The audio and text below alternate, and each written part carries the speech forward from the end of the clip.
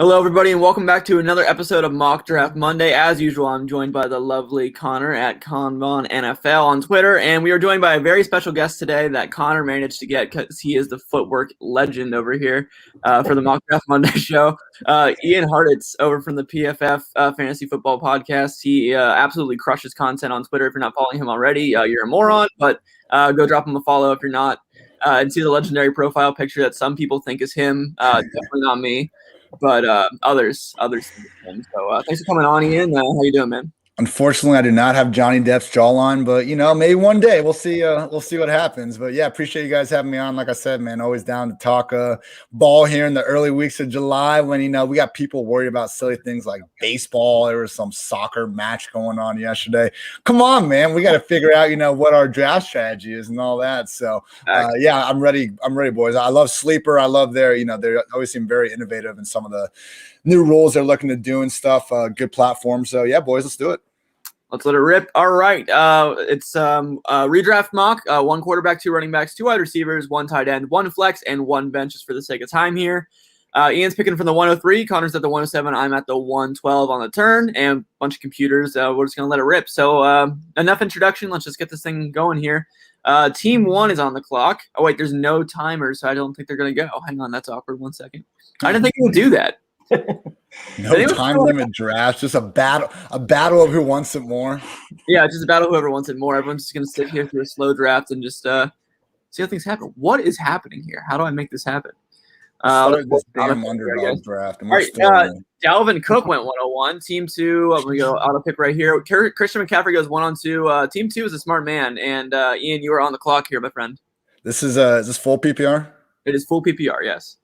All right. Actually, I'm not even sure why I asked that because Saquon's my RB3 regardless. So we're going with Saquon. Just think, a lot of the problems. I mean, the Jordan Renan report that he might not be like 100% at the start of the season. I don't know, man. That sure sounded like speculation based on, hey, they love Saquon. They're not going to overwhelm him before he's ready. But every single doctor you ask about it says he's going to be ready just fine. So I'm trying to listen to doctors with Saquon Barkley. The actual doctors, not injury predictor Twitter that seems to know when everyone's going to get hurt, even though we're only in July. So for me, Saquon, he's had that workload. I mean, there's a reason why last year it was like, McCaffrey was the RB1, but it was more or less like a coin flip. I felt like, with him and Saquon in that same tier. So, I maintain that when fully healthy, I do think, fantasy, real life aside, I think Saquon Barkley is the best running back in the league. So McCaffrey, he's going to get all the targets. He deserves to be the 101. But I really think, Dalvin and Saquon, it could go either way. So sign me up Saquon at 103, 8 days of the week.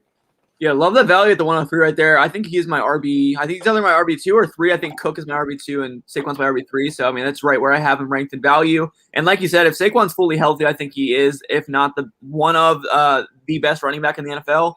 And I think that he is going to have a monster year this season, hopefully with an improved New York Giants offense. So, Connor, you were on the clock here at the 107, my friends. What are you thinking? Okay, so there's 3 stud running backs on the board, Taylor, Chubb, and Elliott. Honestly, I mean, it's tough to decide between all of them. But I believe in a bounce-back year for Zeke. His offensive line's healthier, and he's going to get a ton of touches. So I can't go wrong with Zeke. Zeke was the RB3 before Dak got hurt. Damn well should take him there. Facts. And I was talking to people on Twitter today about people being scared if Aaron Rodgers doesn't come back for Aaron Jones. And they were like, I don't think it's going to impact him that much if Aaron Rodgers isn't there. I was like, hey, look what happened with Zeke last season when Dak went down. He was garbage. Even though he wasn't too horrible, I mean, he still finished as a back-end RB1 on the year. I mean, he felt disgusting. I mean, doesn't that tell you everything about it? As bad as last year was, Zeke finishes as the RB 8 or 9. We need to do some points per game. I mean, he was closer to a borderline RB1, I think, on pure points per game. That's where we gotta be careful, guys. I was doing a podcast earlier, and someone's telling me, like Melvin Gordon finished RB 14. It's like, well, he was the RB 24 in points per game. Nobody felt good about it. If you play 16 games, you're gonna put up points. When you can go points per game. Yeah, points per game are way more important than actual end of season finish because, like you said, the season finish is the RB5, but if points per game, they're like RB12. It feels nowhere near as good. The only time not to worry about the points per game is if you're trying to do one of these ranking competitions. And I think that kind of sheds some light on why these rankings competitions aren't always the best way to win fantasy championships, man. Like, like who would you rank higher for 17 games? Like Trey Lance or Sam Darnold? Probably Sam Darnold because he's going to be starting. Who do you want on your fantasy team? Trey Lance. So, like, come on. Yep. For sure. It's all about the upside and not necessarily about the season-long thing. Like you said, it's all about the per-game put out, and Trey Lance could be a monster. I mean, like, do we think Trey Lance starts more than 8 games this season? History says yes. History says yes. So. Mm-hmm. Well, also with Jimmy Garoppolo, too, he's made of glass recently. So, I mean, odds alone, he'll probably end up getting hurt before that. I mean, I hate projecting injury. I never project injury. But since 2010, the only top 10 QBs that haven't started at least 10 games were Tua, who got 9, Jared Goff on that Jeff Fisher's Rams team got 7, Mahomes got 1, and the only one that not started a single game, Jake Locker. So I think Lance does get to 10. It might be a little tough. Him and Fields, it might be annoying, but I think they ultimately both get to 10. I miss Jeff Fisher so much, man. Mr. 8-8. Miss it. Well, he can't go 8-8 anymore. He has to go 8-9. He's great. He's great on Twitter too, man. He was messing around with awesome. Big Cat and some other guys. He's super, just being self-aware, cracking fun. Like, obviously, like as much, and that's the thing. Like, I try not to call any of these coaches or whatever idiots because, God forbid they mess up like one time management thing, like in a game, and the entire like Twitter sphere just goes in on them. Like every NFL coach knows more in their little finger than any of us will, like our entire life about the game of football. So, Jeff Fisher, while we like to slander him, we like to slander everyone. Obviously, great guy, better coach. All right, yeah, love to see it. All right, I'm on the clock here at 112. This pick is pretty obvious for me, honestly. I haven't really got to do this very much this year yet, but Travis Kelce at the 112 feels like a great value, in my opinion, in full PPR. He's just such a mismatch at the position that I think it's too much to pass up on for me. And then here, I like starting off heavy running back in redraft these days because there's so many good wide receivers. So I'm looking at Eckler, Mixon, Akers. I think I'm going to go Cam Akers, honestly, as my RB1, which is a little risky. But the upside's there to have Travis Kelce and like a top 5 running back if Akers really goes off. So I'm going to take Cam Akers. Ian, how do you feel about Cam Akers? Like him more than Jonathan Taylor, which has been responsible for like half of my Twitter fights this whole offseason. I only have them separated by one spot, but I will just say, Akers' best case scenario is getting the Todd Gurley 90% snaps per week role. And the only guys in the league that have that are McCaffrey and Saquon and kind of Zeke, depending on how much the more they're going to get Pollard going in this year. So that's Akers' best case scenario. Taylor's best case scenario is if Wilkins and Mack have nothing to do with the offense, which he's going to be the lead back, man. But like everyone in the top 30 running backs are their team's lead backs. We want someone that's going to be the undisputed workhorse. And Taylor is going to always lose targets. First of all, from going from Rivers to Wentz, that's going to hurt. And then also just having Nyheim Hines there, who is awesome, he's still going to get his. So Taylor's fantastic, man. But where he's going in drafts, like we need him to be Derrick Henry good efficiency-wise on the ground. I'm not saying he can't do that, but man, like we're drafting him to be an exception and, certainly closer to his ceiling than I think his floor. How much I think that the offensive line, honestly, makes all the difference in the world for his fantasy stock. I'm not fully on Jonathan Taylor either, Ian. Actually, I feel like I'm aside more with you. But I think the offensive line makes all the difference in the world for the public perception of Jonathan Taylor because they think he's going to get the workload behind that O-line. And I think a lot of people think that's what's going to make the difference. So obviously we want good O-lines over a bad O-line. It just doesn't quite matter as much as we maybe think it does in fantasy. I think, first of all, it's a double-edged sword. Like, one, I don't think it matters quite as much if we're in full point per reception formats. Last year, PFF's the PFF's top 10 offensive lines, I believe, produced the same amount of top 24 PPR running backs as the bottom 10 offensive lines. Now, the bottom ones, it was like Austin Eckler, Myles Gaskin, guys that can catch passes were overcoming it. So it matters. But then my next question is like, how accurately can we even predict end of season offensive line finishes in the first place, man? So it's one of those things where like as a tiebreaker, same thing with like defensive matchups during any course of a week. As a tiebreaker, absolutely. But at the end of the day, we want to chase volume. So, Taylor, if he had the great offensive line and more volume than anyone, okay, let's slide him up as the RB6 or wherever he's going. But I just don't think, in full point per reception football that it's the hottest strategy. I mean, Nick Chubb, everybody knows Nick Chubb is a top 5 running back in the NFL. He's never finished higher than RB8 in PPR scoring because PPR scoring is stupid. But we do it anyway. We give players a full point. When Deebo Samuel catches that 6-inch pop pass from Jimmy Garoppolo's hands, we give him 1 point. That's equal to Jonathan Taylor like running over 3 dudes and gaining 10 yards on the ground. So I don't agree with that scoring, but it's the game we play. What scoring do you prefer? I prefer half point personally. Half point, honestly. I mean, I think John Paulson from 4for4 has been a big, just proponent, big cheerleader for point per first down scoring. I haven't gotten. I mean, that kind of you got to change your whole kind of mindset for how to calculate that. But first downs, like to me, getting a first down is more relevant than catching a pass. But I would say Sleeper, and I was giving them kudos earlier. Sleeper does points per by average target depth, which is great. So Deebo Samuel catching that pop pass behind the line is not equal to Julio Jones catching a 40-yard bomb in double coverage. So I think if you can go by target depth, it makes a lot more sense. Absolutely. All right, Connor, that was a long break between your last pick there, man. Sorry, but you're back on the clock here at the 2:06. Where are you going? Yeah, usually I like to do RB, but when DeAndre Hopkins falls to you in the middle of the second round, you just got to take the targets there. I love DeAndre Hopkins this year. Right there for me personally would have been Calvin Ridley, who's my wide receiver 3 on the season. But I do love DeAndre Hopkins. I can never say no to him either. So I love the pick. A really nice start with Zeke and Hopkins. I like that a lot. And Ian, you're back up here. Ooh, Antonio Gibson still chilling. Ooh, that'd be nice. He was just on the PFF fantasy pod. I think I have to just out of principle. Oh, he was on your pod? Yeah, he was a cool guy, man. Okay, I'm going Antonio Gibson here. I feel obligated to. People's champion, Antonio Gibson. I love Antonio Gibson. Dude, if he gets that role that we think he might, one thing I think is going to help is a lot of people didn't realize, all right, McKissick led the freaking position in targets last year, which is insanity. But McKissick had, I think it was 51 targets when lined up in the slot or out wide. The next highest running back was 30. He's not getting those anymore. They got Curtis Samuel, Diami Brown, even Adam Humphries. They were so weak at wide receiver last year behind Terry McLaurin. They had to almost use McKissick out there. And then we had Captain check down Alex Smith doing his thing. Gibson's not going to get the McCaffrey 100-plus target role, but he doesn't need that. If we can just get 70 or 80, man, that's enough for him to be a top 5 guy.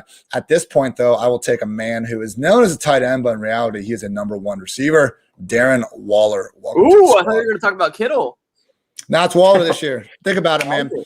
Who's getting more targets? Waller. Who has more QB questions? Honestly, Kittle. Derek Carr is good. The slander for Derek Carr goes to, I know there were some quotes on Twitter saying he's a top 10 quarterback. I wouldn't go that far, but hey, we know Derek Carr knows how to enable Waller to a big season or two. So again, it's close. And we were talking about Akers, Jonathan Taylor. I have them one spot apart. Kittle and Waller are one spot apart. Plenty of smart people. Our team, Kittle over Waller. I just think quarterback, volume, and then also defense, man. We want guys that are going to be in shootouts. We know the Raiders can't stop a damn nosebleed. 49ers, if Nick Bosa is looking good this year, they're going to be pretty well set. So I think the big story, though, is get one of these big 3 tight ends if you can. Otherwise, just wait. Agreed. Absolutely agreed. I love that pick for you right there. And Connor, you're back on the clock here, man. Where are you going? I mean, the best available running back says it's Josh Jacobs, and I'm not going anywhere near Josh Jacobs in the 3rd round. But who is left is Michael Thomas. I got it when he falls to the middle of the 3rd. That's an auto smash. Yes. Yeah.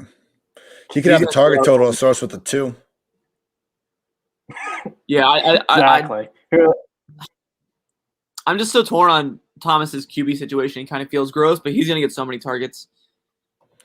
Yeah, I mean, that's what – dude, look at his QB situation. This dude has still put up numbers with Teddy Bridgewater and even Taysom Hill under center last year, and he gets freaking slandered for being slant boy. Oh, can Michael Thomas not run another route, or do he play with freaking old man Drew Brees, Taysom Hill, who's more of a tight end, and Teddy Bridgewater, who he knows doesn't have an arm either? It's just a joke, the amount of slander he gets. I know Michael Thomas doesn't exactly help himself out, some of his social media hijinks and him responding to, everything that people, say his name in. I just think that, even if he's not, I wouldn't even say he's a top 5 real life receiver, but he's definitely top 10, top 12. And, we don't need to be as harsh on the former national champion Ohio State Buckeye. Let's do it, man. I love it. All right, I'm going to go for a bit of an interesting strategy. We're going to go for a bit of a modified 0 wide receiver start here. I'm going to go 2 running backs to the turn right here because I think there's a huge tier break. I'm going to go with Chris Carson and David Montgomery back-to-back at the turn right here, solidify my flex position and my 2 running backs. I like that a lot for myself, honestly, but wide receiver is going to be interesting. I mean, this is a mock draft. I'm going to try some new things, and we'll see what happens. Connor, you're back. Zero wide receiver. Wow, you get shot in the best ball streets, man. I would. It's like sacrilegious on these Twitter streets. It's interesting, dude. Best ball drafting is so interesting. Yeah, it's fun. I love it. Yeah, Connor, what are you going here? Okay, the running backs left are Travis Etienne, Kareem Hunt, Myles Gaskin, and then James Robinson. I'm not a huge fan of that tier. I do like Kareem Hunt the best, but Allen Robinson is still left on the board, and I'm just following the targets. I like it. I think you're nailing it, man. That's why they're calling it the RB dead zone. It's not necessarily that those running backs are bad. Like we're even seeing I think in best ball, it's almost overcorrecting, like ETN, Mike Davis. Like once they get to round 6 or 7 or so, it's like, okay. But when you're asking us to draft one of these iffy running backs in the low 20s versus, Allen Robinson, Mike Evans, Chris Godwin, like, no, give me the top 20 wide receiver that we feel absolutely way more confident about. Right here, I'm going to go with, CD Lamb. Haven't been getting a ton of him, but I like that. I like that a lot. That's a major upside for your team right there. He was right there with Coop before Dak got hurt. Obviously, even he's just a stud, man. I mean, Justin Jefferson, obviously wide receiver 1 from his class, but CD isn't too far behind. From here, I like this draft so far, guys. I'm going with Chris Godwin. The amount of injuries he played through last year is insane. Concussion, broken finger. I think he even had another thing going on. It might have been like a lower body thing, but had the drops in the playoffs. But that dude's a stud when he's right. I mean, look at that team. Look, your start's awesome. We got Barkley, Gibson, Waller, Lamb, and Godwin. I mean, that's about as solid as you can get for your starting lineup right there. Besides your flex, obviously. Great day to be great. Back up on the clock here. You have 3 really good wide receivers and Ezekiel Elliott. You need a running back pretty bad, but we'll see where you're going here. Yeah, I do need another running back. Shoot, man. Mark Andrews is left, and TJ Hawkinson is there too. It's not a tight end premium league, but I gotta share up that RB2 spot. I'm gonna follow the volume. I hope he gets the volume at least with Myles Gaskin. Wow. Okay. All right. I would have waited on Gaskin a little bit there. I would have gone little reach, a little bit. Out of that, just a little bit. I might have gone for Javonte, honestly, if I was going for a running back there, but I probably would have waited. Yeah, Javonte or maybe Chase. Yeah, I probably wait around. It's all right though. Yeah, it's all good. I probably would have gone tight end there if I were you. But yeah, I love those receivers. I don't hate it. Yeah, these receivers are amazing. I need some really bad right here. So let's see what we got on the board. All right, we got Devonta Smith, OBJ, Juju, Brandon Ayuk, Deontay. I'm gonna start things off with Deontay Johnson just because I know he's a sure thing. Okay, one more guy here. I love Devonta Smith. I don't know if I want to pair Smith with a guy like Deontay Johnson because I feel like both those guys will probably be like wide receiver 2s. Well, I mean, where are you drafting? Where's the wide receiver 1? I mean, take him if you got him, but listen, I'm just looking for a guy with some wide receiver 1 upside. Cortland Sutton stands out to me here, but I don't know if he might make it back to me if I'm lucky. Yeah, we'll see. Some of these I think the sleeper ADPs are still a little soft. They'll get sharper as more redrafts come in, but it's just it's July. It's all good. Not everyone is. I think I'm going to chase the upside. I think I'm going to go Devonta Smith. I really like Devonta Smith. Man, that kind of hurts. Though, not gonna lie. You're like this. We just had our PFF fantasy guy go out, and they gave me like the 4 wide receivers I'm way higher on than consensus, and it's Deontay, OBJ, Devontae, and Michael Thomas. So 3 of the 4 you were considering. I mean, it's all good. Yeah, I mean, I like a lot of those players, but all right, Connor, back up here. Who are you looking at? Okay, so I need a QB, a tight end, and then a bench. Let me look at the tight ends. We got Noah Fant, Mike Gesicki. Gronk is rated really high in Sleeper's ADP. Dak is there. I'm going to take Dak. I'm going to shore up the QB position. You know what? I don't hate the value of Dak right there in the 6th round. I like Dak Prescott a lot this season. He's my QB3. Ian, how do you feel about Dak right there? I think he's easily in the top 5, and for you to get let's see, I think Russ and Herbert went before him. Yeah, that's a good spot. This I feel like this quarterback run was a little earlier than normal. I'm usually not taking, if one of them was there like round 4 or 5, I might bite, but I'm happy to take the other value. But no, I mean round 6 for a top 5 quarterback. No complaints there. Let me see what we're doing here. I don't like these tight ends. How many rounds are we doing? Yeah, I'm gonna end up. I'm gonna end up not even drafting a tight end because later, as if we were in a bigger draft, I would get like Adam Troutman, Gerald Everett. This is what I was saying before. Like I already got Darren Waller. What the hell am I smoking? But if I didn't if I didn't have Darren Waller, then I would wait. But I do, so we're good. Okay, let's see. Chase Edmonds is looking okay. I am worried about James Conner to an extent. Let's get another dope. I kind of like James Conner as ADP, honestly. I think that I think he'll get the goal line carries. Okay, I'm going to keep – I don't mean this is just a coincidence, but T. Higgins was also on the pod earlier this offseason, so let's add him to the squad as well. I will say this. I'm not – I don't want to give away, but the discrepancy between Higgins and Chase are like right next to each other, and for whatever reason, Tyler Boyd is like available like 10 picks. They're not even 10 picks, more than 10 picks later. I don't get it. There's a couple situations like that. The Panthers, DJ Moore and Robbie Anderson, I think that's two spread apart. And there's another one I forget. And let's see. Hell, I might just take Boyd here. Let's go Edmonds. I like that. I like that pick. I like James Conner more, not going to lie, but I do like Chase Edmonds. I think that Edmonds will see the majority of the yardage for that offense, but I think that Conner will see the bulk of the touchdown. So I like Conner a little bit more. The question is, can Chase keep getting those targets, or is Rondale Moore going to be an a-hole and just start getting all the design stuff? So that's my bigger concern. Like, yeah, Connor's going to get the short yard stuff, but if Edmonds can catch 50-plus passes, like, we'll be fine.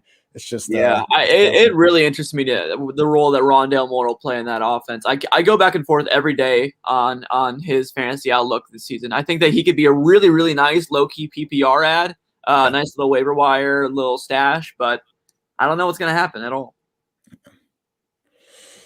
Ooh. All right, Connor. 2 picks left, man. Bring us home. All right, 2 picks left. I'm a really big fan of Jerry Jeudy. I think he could take the next step forward this year, especially if Teddy Bridgewater is semi-decent, I think he'll demand a lot of targets. I know Cortland Sutton's there, but I like Jeudy a lot this year. I like that. So head over to myself at the turn here. I still need some more wide receiver depth. I only have 2.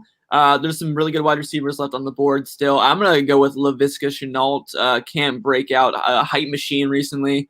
I think he's going to have a really big role in this offense and get a lot of manufactured touches, similar to the lens of Deebo Samuel, if you will. I'm going to go with Laviska Shenault here. And then my next pick of the turn, I need one more player to round out the first 8 rounds of my draft here, my starting lineup.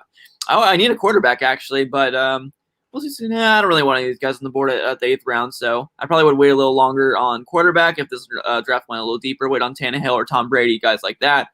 Let's see, one more player I want to add to the team right here at ADP. Who do we got?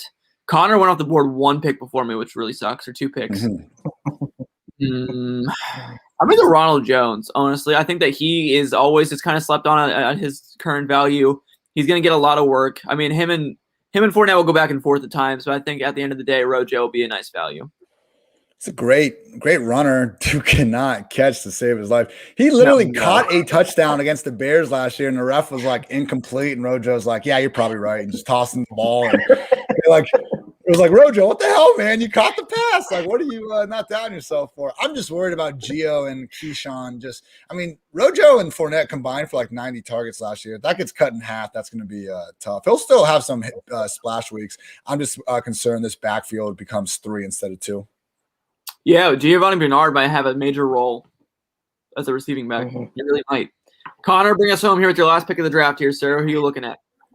Yeah, I'd never, ever draft tight ends early. I'm going to go with Adam Troutman in the later rounds. But I'm a Bengals fan, so I got to draft at least one Bengal. I'm going to go Tyler Boyd. Oh, okay. I thought you were about to pick Troutman. I was surprised. All right, let's see here. Left. See who Team 6 is going to go with here. We got Trevor Lawrence for them. Team 5 is taking Will Fuller and Mr. PEDs, and Team 4 is taking Jarvis the Juice Landry. All right, Ian, last pick of the draft for us humans here, sir. Where are you going? Yeah, I mean, I'm not going to complete my lineup just to do it. I would get a quarterback a little bit later. Let me double check and make sure I haven't taken one. We're good. We're You have good not this taken time. one. You got Saquon, Gibson, Waller, Lamb, Godwin, Higgins, and Chase Edmonds. Yeah, we're good. So yeah, I would say later. I've been having some nice teams with like Baker and Kirk Cousins. I think they could put up some good numbers, even though I mean I get it. They're not top 10 guys, but they have flashed that over the years. I think usually I'm used to seeing running backs fly off the board more. This draft's been a little wide receiver heavy, so I'm actually liking Mike Davis in this spot. That's Just great ADP for Davis. yeah, Falcons RB1. Just saw the guy put up an RB1 performance last year. Most available carries in the league. I don't give a shit about Javian Hawkins. Like, come on, Mike Davis has got this. Love it. All right, well, that'll round out our drafts, ladies and gentlemen. Ian finished up with Saquon Barkley, Antonio Gibson, Chase Edmonds, and Mike Davis at running back. Darren Water holding down the tight end slot. CeeDee Lamb, Chris Godwin, and T. Higgins at wide receiver. No quarterback yet. Connor has Zeke Elliott, Myles Gaskin at running back, with a lot of wide receivers: DeAndre Hopkins, Michael Thomas, Allen Robinson, Jerry Jeudy, Tyler Boyd, and Dak Prescott holding down the quarterback position. No tight ends yet. And myself, I have Travis Kelce, Cam Akers, Chris Carson, David Montgomery, and Ronald Jones at running back. Well, Travis Kelce at tight end. And then Deontay Johnson, Devonta Smith, and Laviska Shenault at wide receiver. All right, gentlemen, it was a good time. Ian, thank you again so much for coming on the show, man. Big fan of your work. I need to listen to that podcast with you and Antonio Gibson. He's my boy. So, guys, check it out. Yeah, guys. PFF Fantasy Football Podcast. Appreciate you guys having me. Yeah, man. Thank you so much again for coming on, Connor. Give the people some words before we head out. No, I want to thank Ian for coming on. He knows so much about football and fantasy, and I'm just a huge fan. And I want to thank him personally for taking the time out of his day to come with us. Pleasure, guys. Thanks again, man. And I'll see you guys all next Monday. Have a good one, everybody.